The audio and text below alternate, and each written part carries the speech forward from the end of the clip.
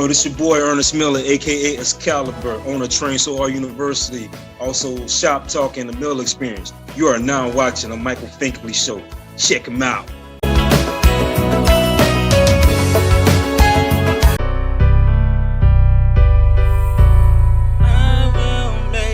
If I can make it through the night, just to see a brighter side, 'cause I've been working all my life just to make it.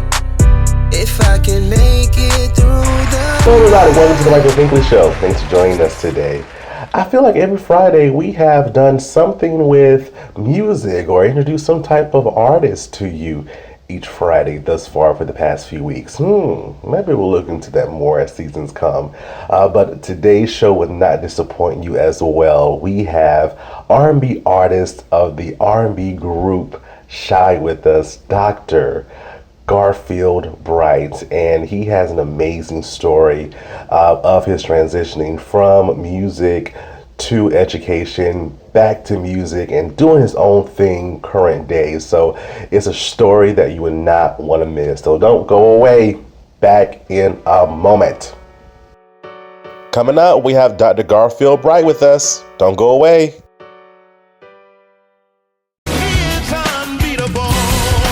This is your boy Kenny Lewis, and guess what? I'm here with my boy Michael Finkley on RokuTV and YouTube.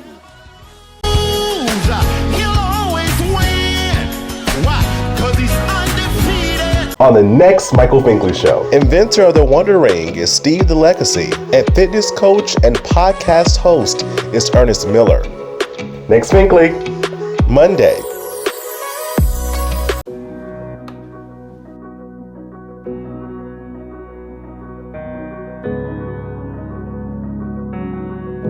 She is flexible and she is a multitasker. She is a wife, a mom. She is city councilwoman.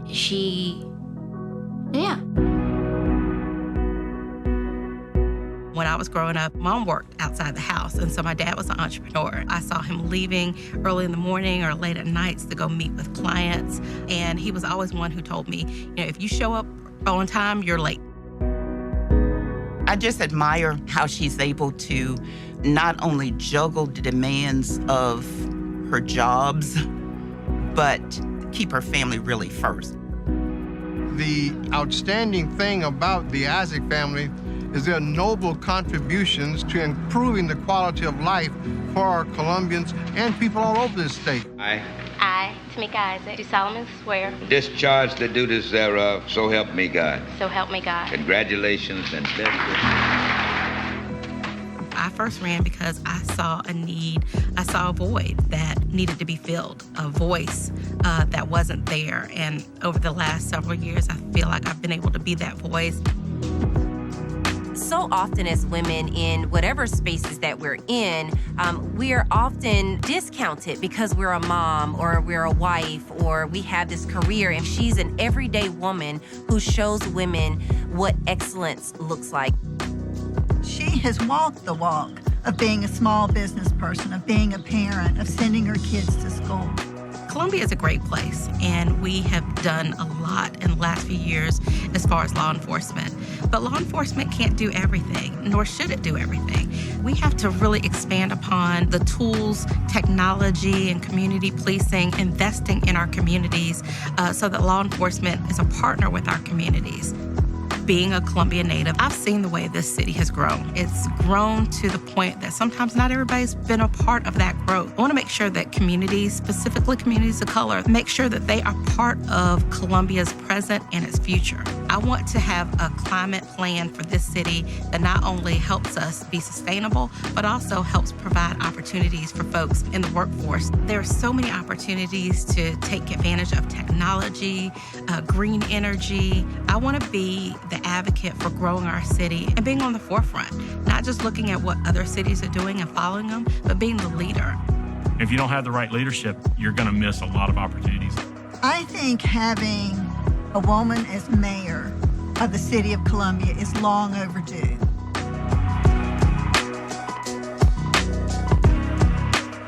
I'm Tamika Isaac Devine, and I'm running for mayor of the City of Columbia.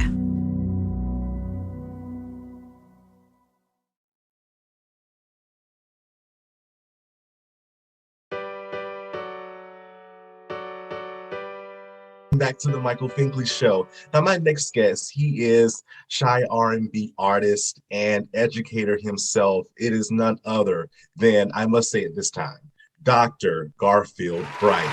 Thank you for being with us. Hey man, nice to be here. Thanks for having me. You're welcome. You are welcome, y'all. Legacy is before us. Music legacy is before us, and I thank you for saying yes to us and chatting with us for these few moments. So, I must ask Garfield, from your travels as a child, moving from Alabama to Massachusetts, you're a New Englander, right? What was that like for you? That transition like for you at such a young age? It was a trip. It was really a trip that you pointed that out, because at the time I was moving from Montgomery, Alabama, and I was like 11 years old. So I was born in 69. So we talking about 79, like right on the cusp of the 80s, like right there. And right before that, you know, the 60s was less than a decade before that. So all that, those wounds that had been ripped apart in the civil rights era, we talking about Montgomery, Alabama, where all the stuff went down. A lot of those attitudes were still pervasive and ubiquitous in the society. And so I grew up in a lot of that. I was being called the N-word every day and fighting, and like all of that kind of stuff was just still in the air. It was a lot of elitism and a lot of entitlement, you know, in terms of how the whites dealt with blacks at that point in time. And so, you know, I was coming of age at that. I lived on the campus of Alabama State University pretty much. And so I was surrounded by black and reinforced by blackness in terms of excellence and stuff like that. But in the city, and, you know, I played football for the boys club, you know, in the YMCA, Cleveland Avenue Y, and the boys club on Day Street, Capital City Boys Club. And we played against like a lot of white teams and killed them. And so, but a lot of the times we would have to, like the parents and stuff, you know, there would be like a racist kind of feel to the situation, because their facilities were very much so better than ours, better, you know, money and coaching and uniforms. But we were talented, you know, we were the rough kids from the project, the hood team, you know, Gibbs Village, Bear Mat, all that stuff around there, toughened the kids. And, you know, once we played these other teams, it was just, so I was enduring that. At the bus stops, I was being called, you know, the N-word, and it was getting them up, you know, all that kind of stuff all the time, you know. So when I got to Massachusetts, my dad lived in Quincy, Massachusetts. And Quincy, Massachusetts, you know, he lived in this place called Presidential Estates, and, you know, top of this hill, right behind General Dynamics Shipyard. And, you know, he was a bachelor. He was working for the National Education Association. So his meter in terms of like what the hood was like around him, you know, he was just there to get sleep and fly on to the next plane and go do something for the NEA. Me, when I came to live with him in the 9th grade, right after on the hills of living in Montgomery, I had to go into the neighborhood and find who to play with, play football and basketball and join the football teams. And I deal with the neighborhood. And there was a lot of like Irish, and, you know, Italians. And, you know, there was a new, there was Cape Verdeans. There was like Mediterranean types in there, people in there from Turkey, and like people, you know, it was a hockey blue collar town attitude. And they never really had a lot of blacks in their little area. So I was like one of the first people they saw that was black. Some befriended me and some didn't. And the ones who didn't, it was the same feeling I had in Alabama, the same kind of racial undertone, everything was right there, the same thing. So I was used to dealing with it. So it toughened me in a lot of ways. And it also exposed me to the real world in a lot of ways in terms of critical thinking, but it also taught me not to judge a book by its cover too much and just take people for who they are, who they present. And I think that was kind of good for me, you know, preparing me for the business, actually. A lot of the precursors to what I was going to be dealing with later on in my life, kind of like that dichotomy between North and South and the people and how they're different but the same, that kind of like helped me out in terms of how I dealt with new people that I was interfacing with in this foreign thing called the music industry. It helped me size people up, and it was, you know, it was good for me. So, wow. You know. Hey, you know, you took me back as you were talking. I'm from South Carolina, but I spent a lot of my, after I graduated from college, I went to New Hampshire. Well, I went to Bethune, Massachusetts first. I lived there for a while, and then I lived in Manchester, New Hampshire for like 5 years. And with the job I had at the time, I did a lot of recruiting for college, and it brought me into Cambridge. It brought me into Dorchester. Cambridge was my main hangout spot. Like, Cambridge Region Latin was my rival high school. And so I remember that school. Yeah, Brockton High School in Cambridge, Georgia, Latin. You know, we used to all hang out in Harvard Square, and they had these dope, they had a program called the Pilot Program, where a lot of the kids were really smart, but they didn't like structure.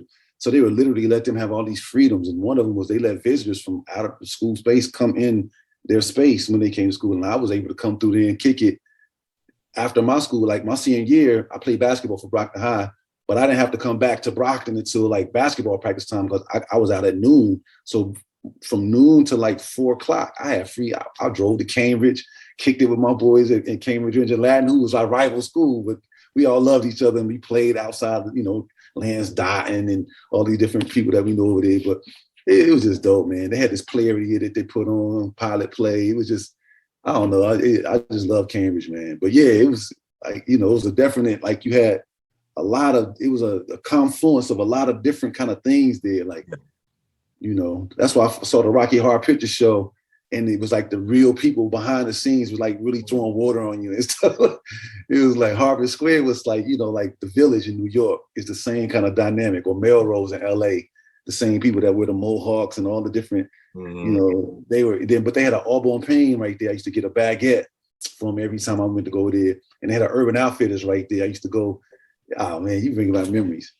But that's what it's all about though, right? Because we go back into those moments and they are teaching us something as we go through them, but we don't realize they're teaching us something. When you go back into those in that phase in your life and you look back, what are some of the teachings that you kind of just embrace today as an adult? Man, I spoke to a couple of them in terms of like, you know, no matter how different people are, they're still the same. And, you know, when I get to SHAI, we go to Russia and Germany, places that I never would think people would, you know, you can ingratiate yourself amongst people like, you know, Germany, I think of Hitler and all that. But when I get to Germany and Berlin and Cologne and München, and it was just like, you know, it was nothing like I expected. I guess the presence of the Americans in the military bases, I don't know what the fact was, but I ended up loving Germany. And I had this preconceived notion about it before I went that I was going to be like, but it ended up being one of my favorite places to like explore and see.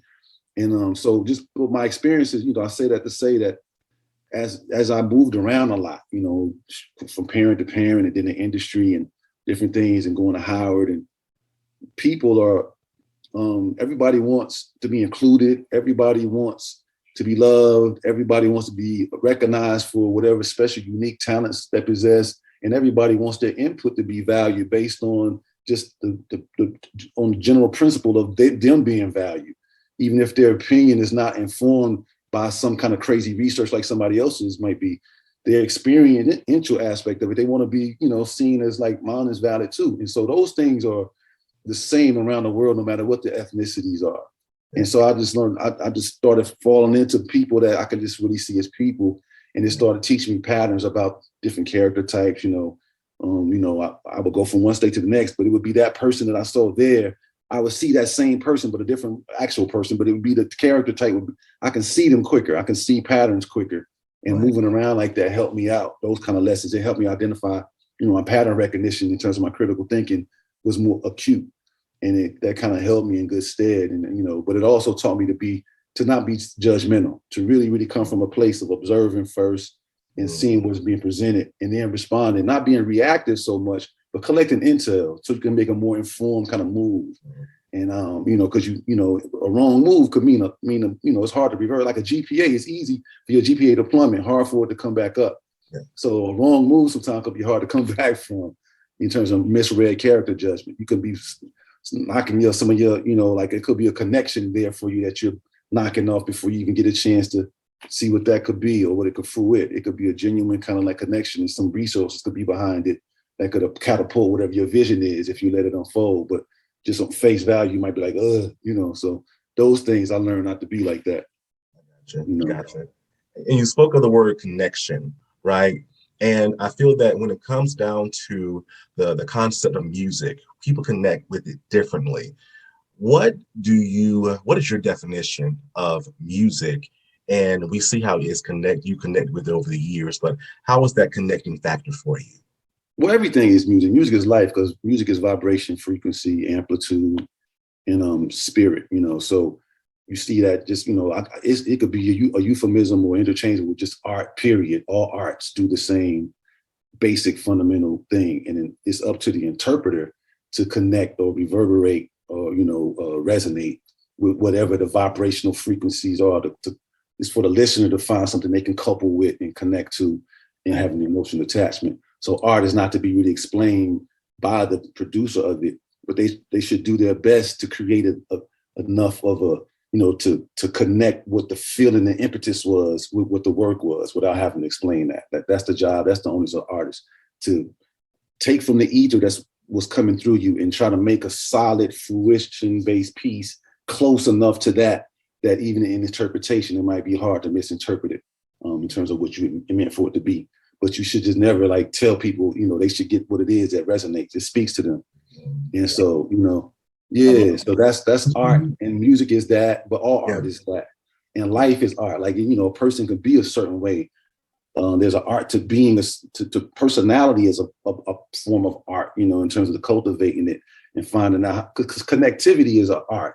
Like you got martial arts, you have different levels of arts. Exactly. I recognize as arts, and these are all expressions. Art is an expression, an intentional expression, when it's effective, that can cut through your logical filters and go straight to your soul quality and hopefully inspire. That's what my definition of art is, and music and all that kind of stuff. Teaching, education, it should all be that. All of that should be an artistic experience, which is a spiritual experience at the same time. It should be that. Wow, come on, next plane. I love it. Come on, next plane. I love that. I love that definition. But when we come back, we're going to talk more in depth about music, more so with your awesome career with SHAI.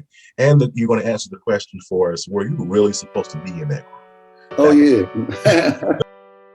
Next, was Garfield really supposed to be a part of the R&B group SHAI? He tells us this and more. Don't go away.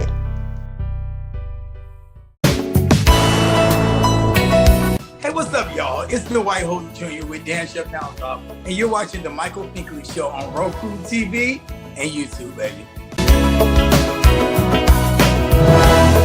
Keeping your skin flawless and clean is important, and I have the products just for you. Welcome to Mimi's Natural Pantry, where she specializes in homemade handcrafts, including lye and goat milk soaps, body butters, and sugar scrubs. All items are handmade products. All items have simple ingredients and are vegan friendly. In a world where you can barely pronounce many of the ingredients in your everyday products, Mimi's Back to Nature offers an alternative choice for those who are ready to get back into nature. Ready to order? Visit their website at mimisnaturalpantry.com. All orders over $50 have free shipping up to 25 pounds. Need a little motivation? Timothy Clifton is with us every week on Mondays to get your week started with a little motivation, all here on The Michael Finkley Show.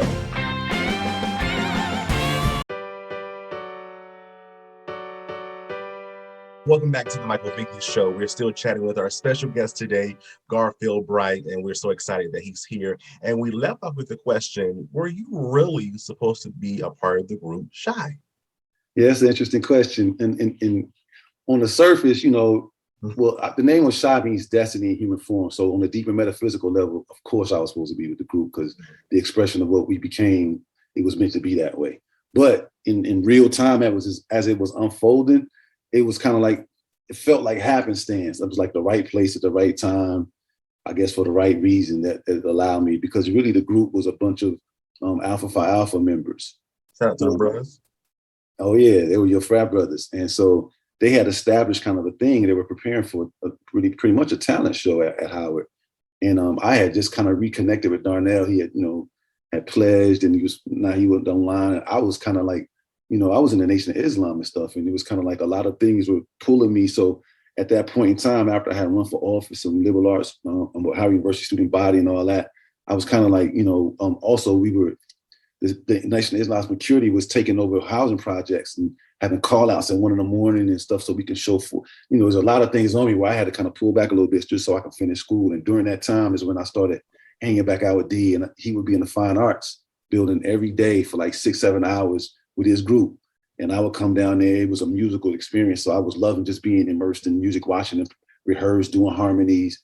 it was soothing for me. I needed that, especially going through what I was going through at that time. It was like a therapeutic thing. Plus I reconnected with Darnell. He kept me laughing, dope personality or whatever. And I got to see these brothers performing. So as it got close to the show, two of the guys kind of like faded away, quit a little bit.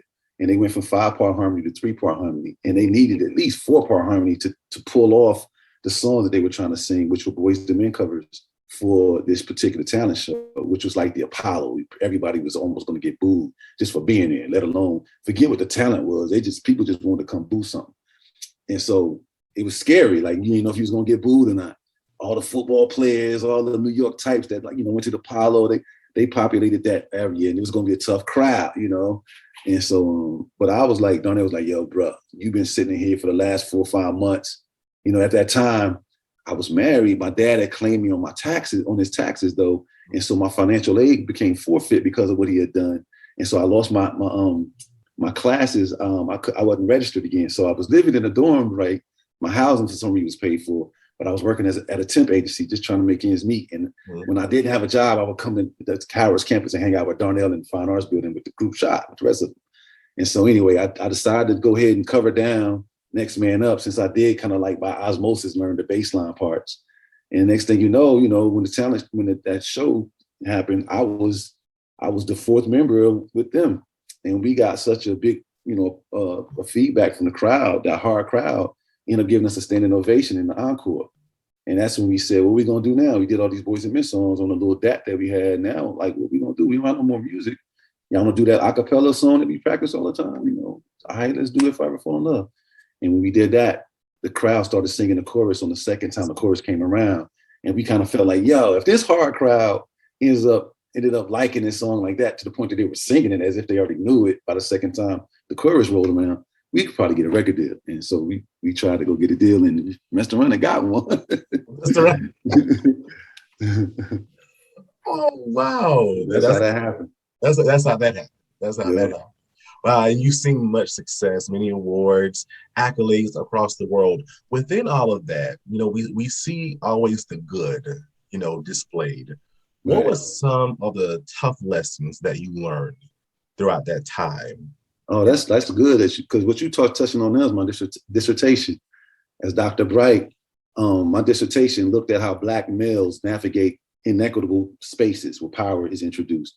In those 2 spaces that I focused on, one being how Black males navigate that classroom experience, being Black, melanated, and having different kind of learning patterns, kinesthetic, and then the other one being the music industry, how Black males navigate a space where power is skewed towards the person who presents the contract, meaning the industry. So it automatically transformed the Black male artist into a Black male product producer, a product giver. So your cultural product becomes commodified and becomes owned by the person who gave you the contract. And by virtue of the extension of you being an extension of the product, in its weird, weird way, you become owned by that contract. Like, because the product lives within you that you are contracted to produce as an artist. So the title artist is trumped by the business side of it, which is, the people who get the royalties for the money people. And so dealing with that, you start learning that, the inequitable aspect of a contracted out relationship. I didn't bring a contract to the table and they brought one, and they brought the contract to the table, and I got some lawyers to try to see if I can get the most out of that thing that they already had that was going to benefit them in the way it was worded in the first place. So it was skewed from the beginning. And so the most I can do is save face and not sell my soul too much through this contract in the name of trying to make some money. And so that battle is what we dealt with through the whole time, is what is that thin line that you get to ride? So there are 4 phases that artists end up going through in terms of like what my research found. There was this trial and error phase where they thought they was getting ready to come into the game being this artist. In the business side, based on this hot product, maybe it'll take care of itself. Or I'll find some people later on to kind of help me with that as I go. So there's this trial and error. And then you get hit in the face with the situation at hand where that's not gonna work. The second phase is a phase where you see the business for what it is. And then from there, you got a new attitude, like based on from the lessons that you learn from what's really going on, you adjust what you thought was going to be the case as an artist on the label, and then what actually is, and you try to like politic that and reason that within yourself and try to find the best lane to stay signed because that's your livelihood. Right. But also in being signed, now that you realize that you are a product maker and not an artist, you try to find the most entrenched area that allows you to keep the most of your integrity while being in that role, just so you can sleep at night. And so you don't kind of like sell out to your fans and sell out to your integrity. And like, so you're trying to negotiate the whole time. And then after it's all said and done, you get a lot of life lessons around what that represented in your world, like what kind of do's and don'ts you're gonna kind of operate by based on that ethic.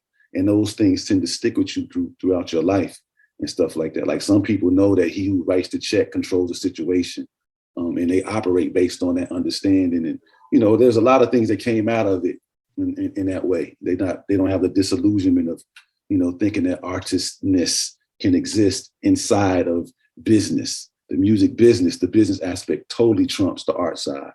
And then if there's a white business owner, they are really basically in a position where they're commodifying Black cultural production and reappropriating it and selling a version of yourself back to you at your own expense. And you are a contributor to that by being in that machine. So it's a lot to that you're having to deal with as you get inside the machine and seeing it for what it is. Right. And so a lot of those lessons allow me to see how to navigate different situations in life when it comes to power dynamics. Like when I was at Georgia State, I had created a program, and I went and got my program copywritten because it was intellectual property. Even though I was a student in their roof, their protocol is because you're under their roof using their quote unquote resources, any intellectual stuff that you create is by virtue of them, you being inside their domicile, is their stuff.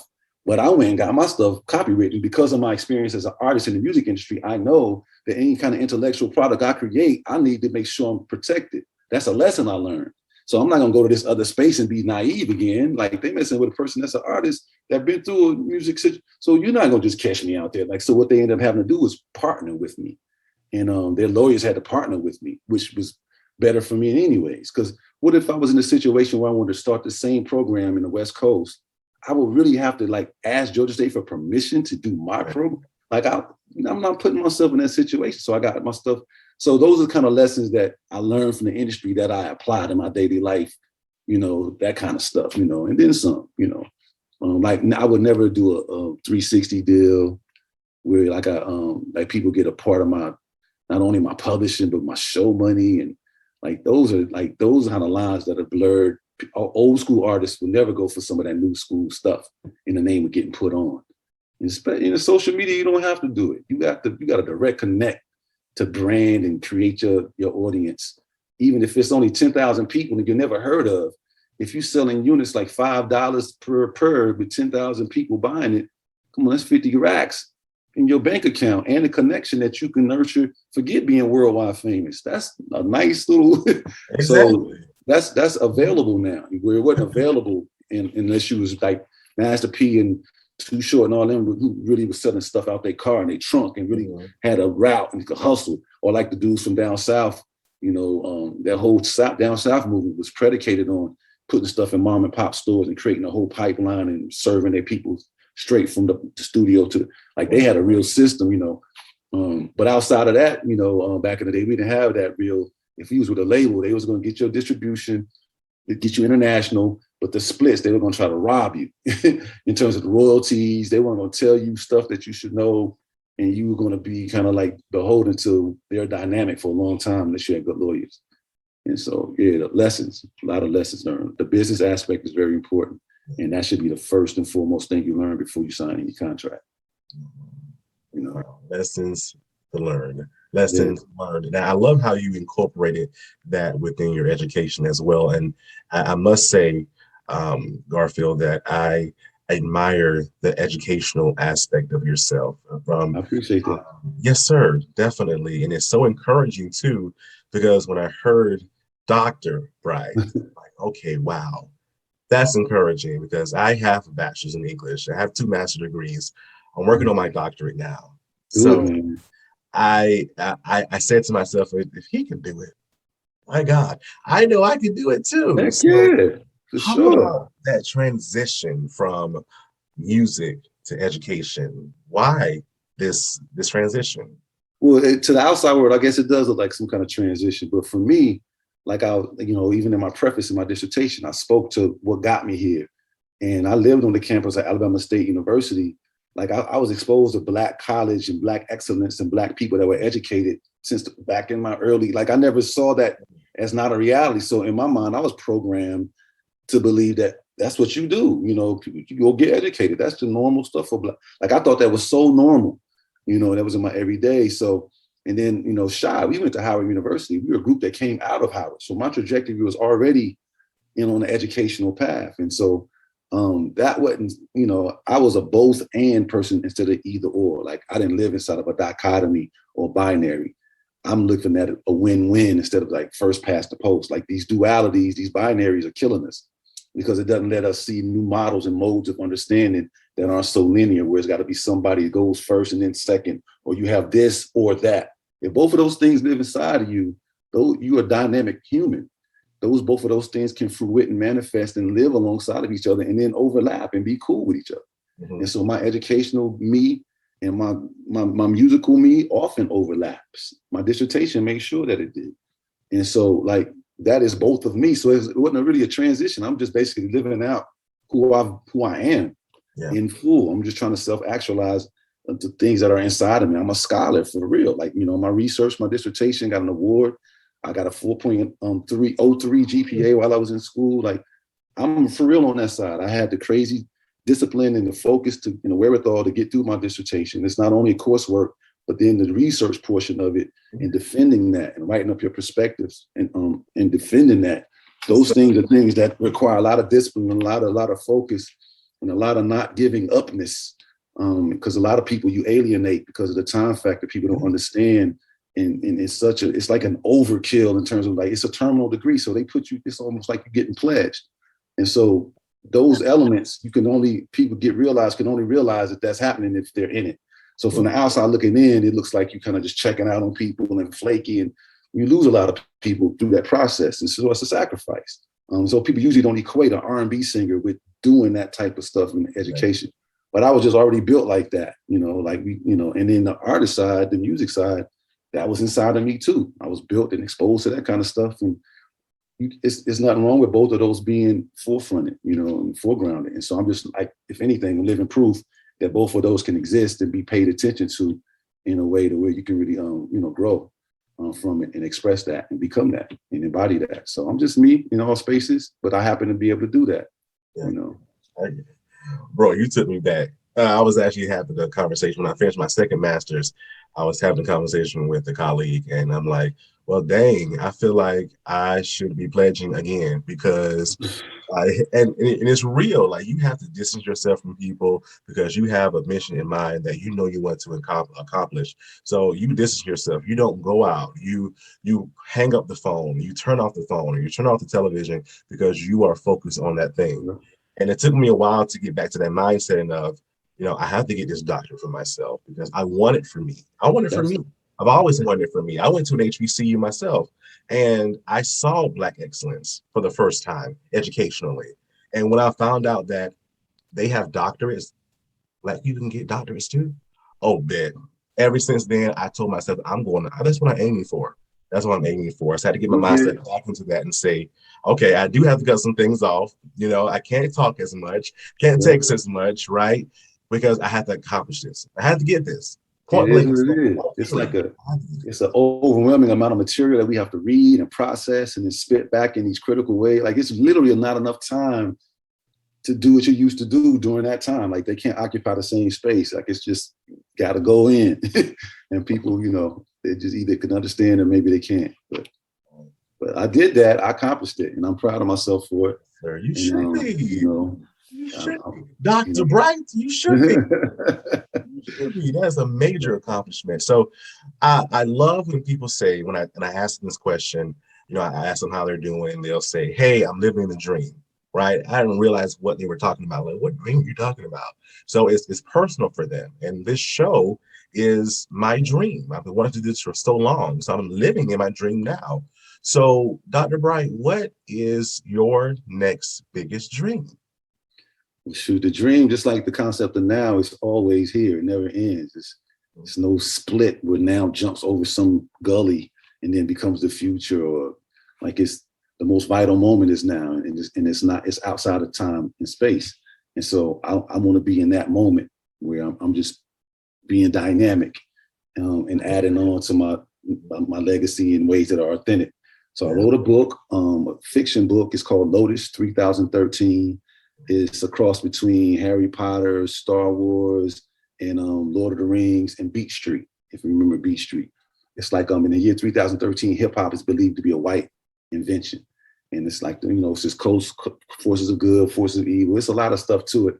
But I wrote that, and I did an audio book, and two of my sons, my twins, produced the score underneath my narration. It's like a movie, basically, but an audio book.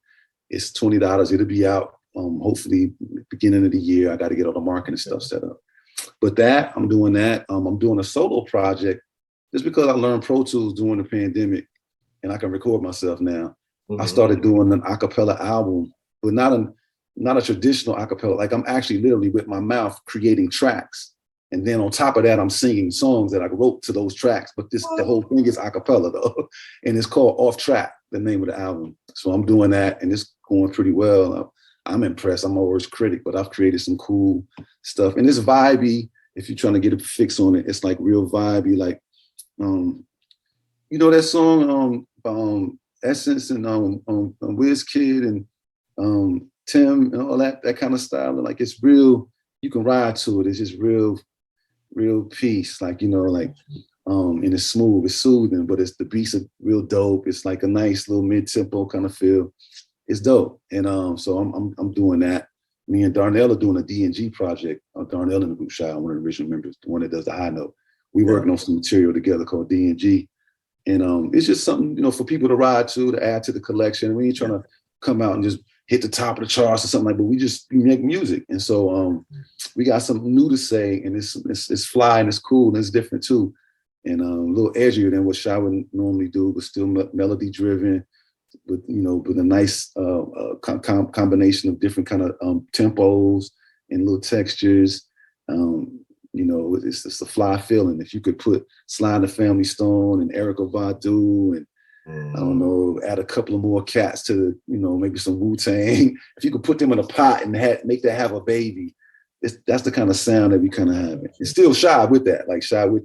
The harmonies and stuff is still there, but it's a different expression of them, in some spots. And so yeah, it's we've grown. It's cool, nice sound, So so those things are happening, and I'm doing some stuff on the education side. I'm trying to start an initiative here in Houston at Hicks Elementary with one of the people there, the vice principal there, got some traction with a program where it's called the Artisan Scholar Initiative, where I posit that, our kids have been done a disservice in terms of what constitutes their core curriculum in this educational system. And I feel like all education is not created equal in terms of one size doesn't fit all. So I think the ethnicity, whatever they're lacking in society in terms of what's going to make their quality of life better, they should have their education be contoured to produce those products. And so from our ethnic piece, we can have PhDs and not be employed because we don't have the social capital a lot of times to get the connections that it takes to. So you have these real educated people not being able to really show skills, but they don't have other skills. Or we have people who can do both, who just never did because they thought it should be a paradigm of one or the other instead of both and. And so anyway, my point is that I think at the fourth grade level, right before the school to prison pipeline starts taking effect, you can have the STEM curriculum, the college trajectory stuff still, no doubt, the math, science, all the different things that for that. But they need to be introduced to skilled trades people who come in that represent electricianship, people who come in the drywall, the plumbers, people who can cut hair, because what happens is that gives them the broadest chance to still produce for themselves and have a quality of life after high school, even if they're not college bound or if they are. But the entrepreneurial self is nurtured as well as the corporate self. And on top of that, the people who represent the artisan side of things are people who are usually in the communities, who usually work on people's homes or small businesses that are grounded and anchored behind the walls of Black America's houses. And it's a more of a connection to the soul of the community. And so those people, even if they're college educated, if they have those sensibilities, they'll still have a heart for the community. It'll matter to what goes on in the community because they're closer to it. And they have the wherewithal and the social capital because of their corporate type of connections to kind of put those two selves together. And then they can employ their own people as well as work for corporate America. And it could just do a lot on a lot of levels. But it builds character. It's a character education. And they get introduced in the early grades. But then when they get to the high school, those people that are talking to them that are a part of those trades are now becoming mentors and showing them how to get into trade unions and stuff like that so they can be certified. And then they have options when they're graduated. They can still be an entrepreneur, but they can still go through college and learn the science behind some other stuff and then apply it to that industry and that business. And like I said, employ people and just make a more well-rounded person coming from the community and stuff like that with better skills. And so I'm trying to push that. And I'm getting some traction. It's called the Artisan Skilled Initiative. A Skilled Artisan Initiative. Gotcha. I would love to learn more about that. I really would. Yes, sir. How can they find you on social media? At the Garfield Bright Experience on Instagram and Facebook, the same thing. And then, of course, SHAI, like our page is SHAI Hieroglyphics on IG and on Facebook. And you can just, find me in there if you want to, check me out. But just know that in a little while, I'm about to start advertising for my book. So you'll start to see a lot of stuff like that pop up. And for a lot of people out there, I did a series called Curiosity Collage that just go to my IG page and just check out a lot of the things that I did. It's steeped in Black history, curiosities from when I was a kid that I kind of like revisited as an adult with a more critical mind. A lot of little meta lessons. It's just a fun little roadmap, a little creative collage around being curious and what that brings. So check it out. It's educational and fun at the same time. The Black inventors, I did a whole thing.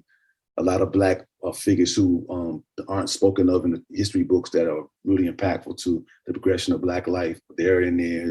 It's a lot of things I touched on. The Ella Bakers, the Paul Robesons of the world. Just check me out and see if you get something from it. But it's food.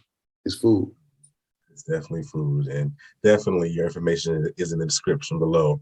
Y'all, he is Garfield Bright. Thank you for being with us. Thanks for having me, man. Yes, sir. Y'all, back in a moment. Protector and provider, super. Hey, what's up? It's Presley Tennant from The Voice, and you're watching The Michael Finkley Show on Roku and YouTube. And made it brighter. Wish it could be half that strong. School districts, organizations, nonprofits. Are you in search of a new promotional products company? Seegers Promotional Products is a Black-owned national company with over 780,000 products to choose from. Compared to other promotional products companies, they have the lowest prices in the industry. From pens, bags, shirts, they got you covered. They always remember that you are the customer and you come first. They always promise fast production and also fast delivery. With Seegers Promotional Products Company, you truly have the best. Check out their website at seegerspromotions.com and also on Facebook and LinkedIn. And tell them Finkley sent you.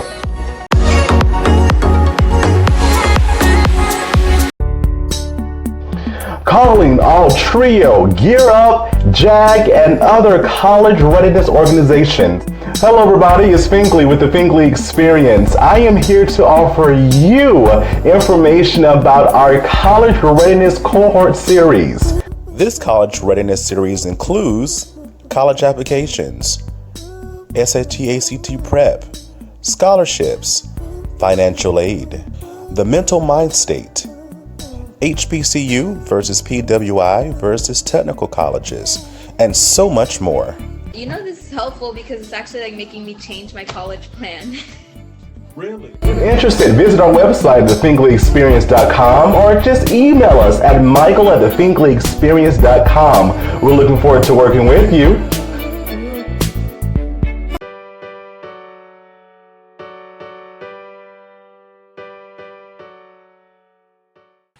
Hey everyone, here's the Inspire Me moment in 60 seconds. Today's thought is, sometimes people don't want to hear the truth because they don't want their illusions destroyed.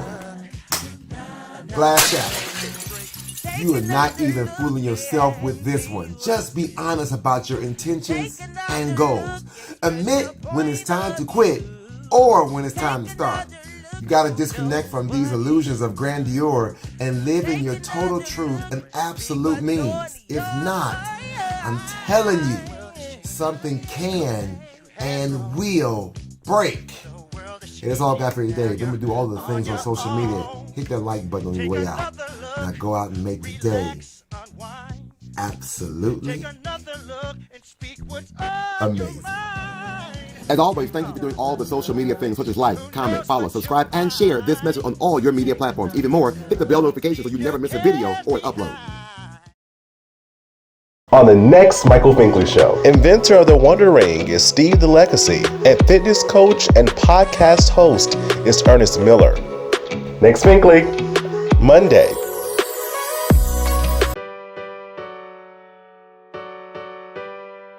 Hello everybody, welcome back to the Michael Finkley Show. I hope that you learned something from our guest today. Thank you so much, Dr. Bright, for being with us and sharing your story in your words through your experiences. We really appreciate you. Thank you so much. If you haven't already, please subscribe to our YouTube channel, Michael Finkley Show. Ring the bell for notification when you see an email saying, hey, new content's uploaded. Please listen to us on Spotify and Apple Podcasts. And for more information about what we do here on the show, visit our website at michaelfinkleyshow.com. RokuTV, I knew you was going to ask. Add the Great Words Network to your Roku TV and watch the Michael Finkley Show every Monday and Friday, 8 a.m. Eastern Standard Time or on demand. Thank you so much for watching, and guess what? We'll see you next time. Have a good one.